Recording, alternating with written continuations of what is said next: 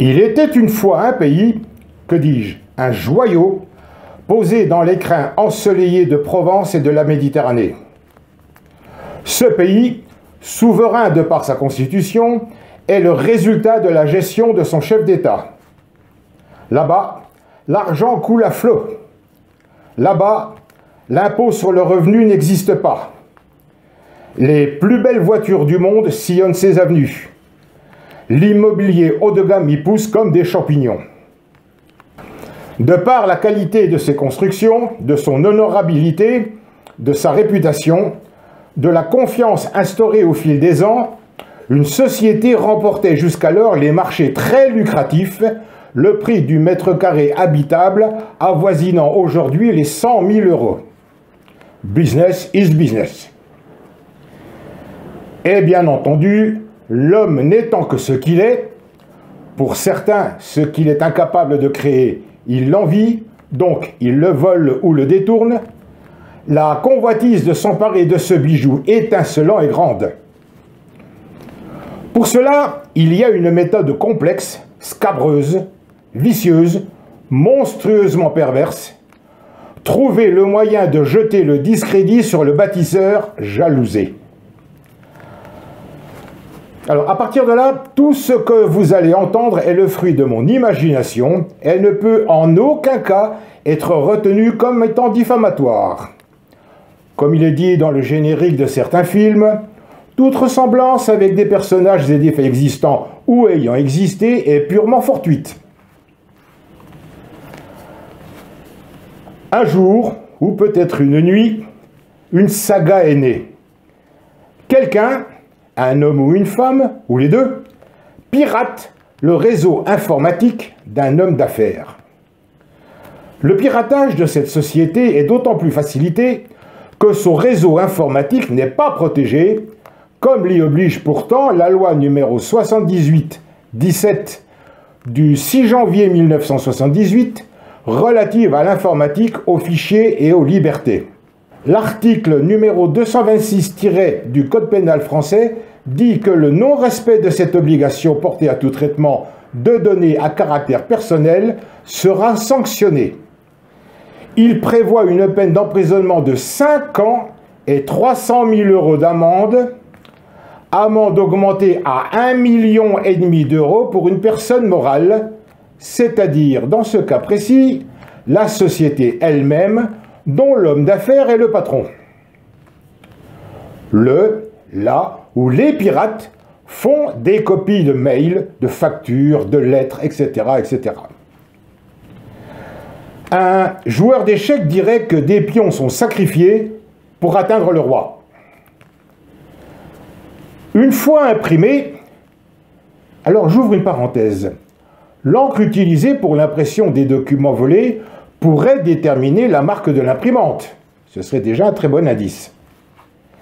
Ces documents précisément classés, répertoriés, comme quelqu'un habitué à monter des dossiers, là où les pirates donnent rendez-vous à un journaliste dans un bar et s'enfuient après avoir laissé un sac contenant les documents piratés. Le journaliste informe sa direction.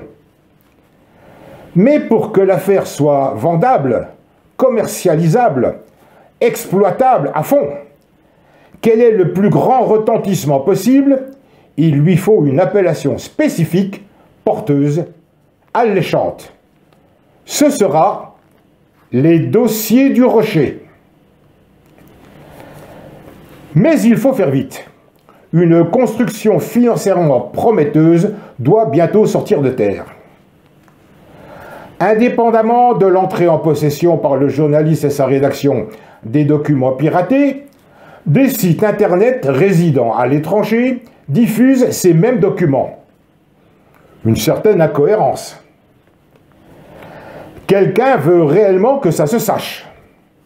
En effet, pourquoi donner des documents en catimini à un journaliste et diffuser les mêmes documents publiquement sur Internet? Pourquoi? Pour impliquer, mouiller le journaliste? Non.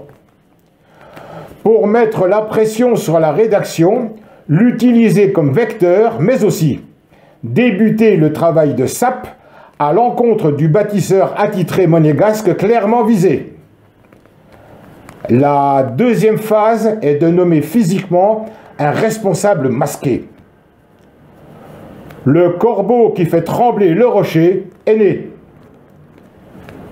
Une émission de télévision est diffusée. Les enjeux sont colossaux. La pression est immense. Le bâtisseur visé est clairement désigné. Il s'en défend stoïquement, sans chercher à se justifier. Dans cette affaire fictive, j'ai volontairement occulté un personnage. Le véritable commanditaire de ce que j'appelle un complot. Comme le disent les enquêteurs, suivez la femme ou l'argent.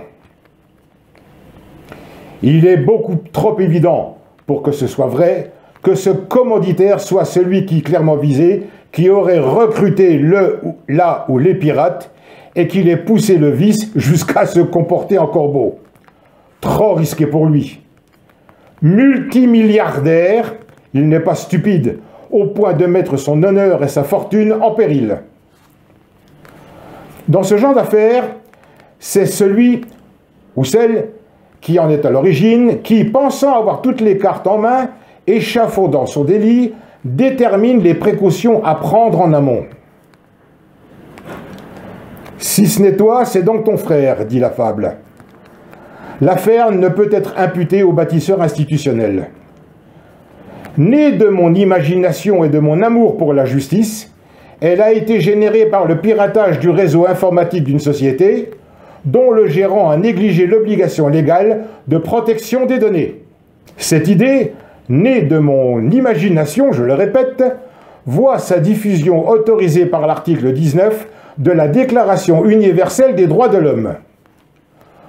Tout individu a droit à la liberté d'opinion et d'expression, ce qui implique le droit de ne pas être inquiété pour ses opinions et celui de chercher, de recevoir et de répandre, sans considération de frontières, les informations et les idées par quelque moyen d'expression que ce soit. L'idée que je développe et propage disculpe le bâtisseur habituel, le véritable responsable étant la société qui a négligé de protéger son système informatique, d'où les documents diffusés ont été extraits par piratage. Le piratage est-il réel ou prémédité?